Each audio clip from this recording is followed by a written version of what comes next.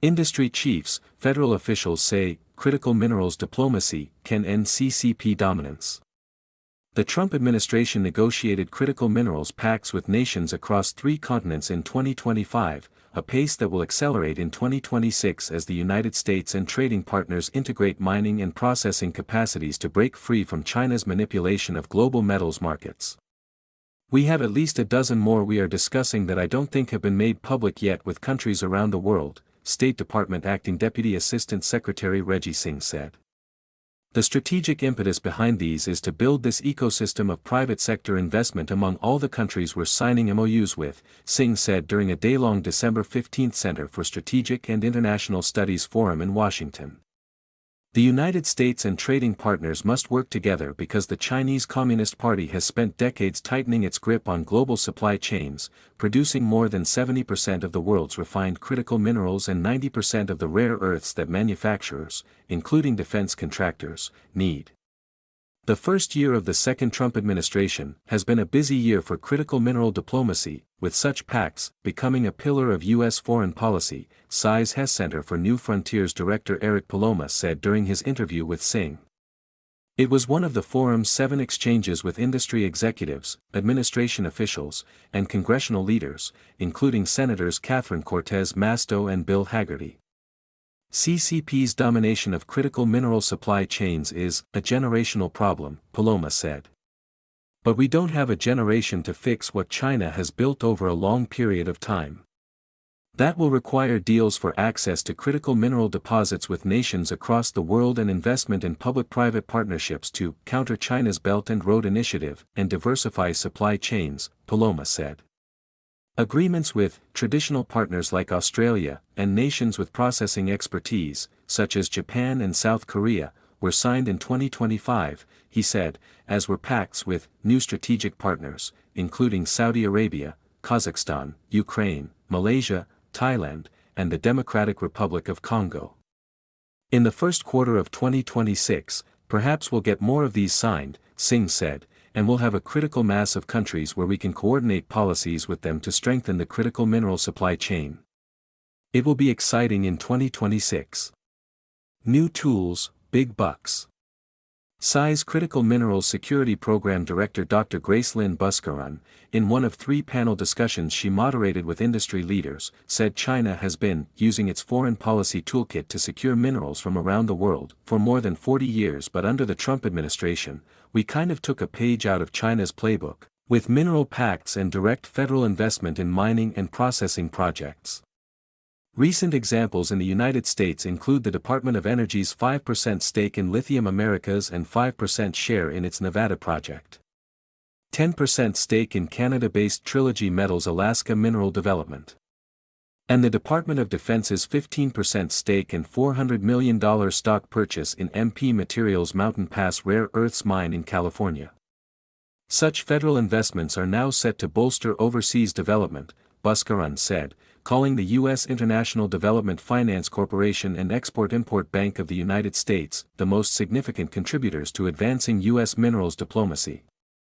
DFC Critical Minerals and Energy Policy Director Tom Haslett said the agency, established in 2019 as the federal government's international investment arm, is poised to dramatically scale up global coordination through the Critical Minerals Consortium led by UK-based Oran Resource Partners, funneling $600 million into it. The consortium has also secured a $600 million stake from Abu Dhabi-based ADQ and the United Arab Emirates Sovereign Wealth Fund, Haslett said, bringing capital from an international trade partner that can help us resolve constraints in the critical mineral supply chain. DFC has been working to pivot our approach in the critical minerals and other sectors to align with the Trump administration's points of emphasis in economic and national security spheres, Haslett added. The corporation has been working behind the scenes to strengthen linkages with different parts of the U.S. government that are taking a leading role on the critical mineral supply chains front, he said. So that includes organizations like EXIM and the Department of Defense. DoD funding for critical mineral mining and processing is about to get a boost in the proposed $901 billion defense budget, Haslett said, with a maximum contingent liability of $205 billion, up from $60 billion, and a $5 billion revolving equity fund. So that gives us a lot of room to run, take more direct stakes and give more influence to the US government in sectors where there's a strategic rationale for doing so, he said. Brand equity. Cortez Masto told Buscaron that during a recent tour of Africa, she was disturbed by how many mining developments the CCP is financing on the continent, but from conversations with industry and political leaders, they're eager for other partners, as evidenced by the recent US Democratic Republic of Congo deal. If you look at Africa, countries that went all in on investment with our strategic competitor over the past generation, they now have seen the downside of that. So they have an impetus to diversify, Singh said. African and South American countries that bought into China's Belt and Road Initiative have found it to be a one-way street, he said. When they interact with Chinese mining companies, there tends to be less local value add, Singh said. In many cases, Chinese workers are imported at all levels of organization, and there's a lack of local benefit, often it's just the crude minerals being exported. That's not how Western miners operate, Singh said. You'll find there's an ethos of doing the right thing from the beginning. That works to our advantage. As opposed to what our strategic competitor have some brand equity. That really has a powerful pull in a lot of developing countries, he said. Emily Olsen, Chief Sustainability and Corporate Affairs Officer for Brazilian-owned, Canada-based Vale Base Metals, agreed, noting that her company brings jobs and community engagement to every project it initiates. You start with jobs, right? We see this a lot in Asia, where invests in big projects, brings a Chinese workforce in to do Chinese projects, and then you do not have the benefit of developing and building that local economy, she said. In all my experience, ensuring that job creation piece is real will be very important in shifting development away from China, she added. Shared equity, a sense of local ownership with the promise of enduring benefit beyond the mine's lifespan, has been part of our success, Olsen said, and has paid dividends for Vale in resolving issues and currying good relationships with local and national leaders.